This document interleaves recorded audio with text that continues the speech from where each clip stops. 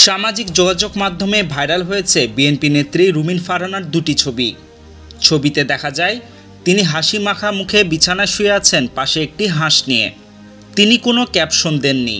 নেত্রীর এমন ছবি দেখে কমেন্টগুলোতে নেটিজেনদের কৌতূহল প্রকাশ পেয়েছে।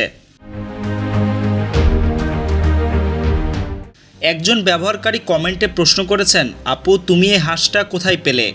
উত্তরে রুমিন ফারহানা লিখেছেন, আমার গ্রামে। পরবর্তী কমেন্টে প্রশ্ন আসে, ওকে কি পোষ মানানো সহজ ছিল?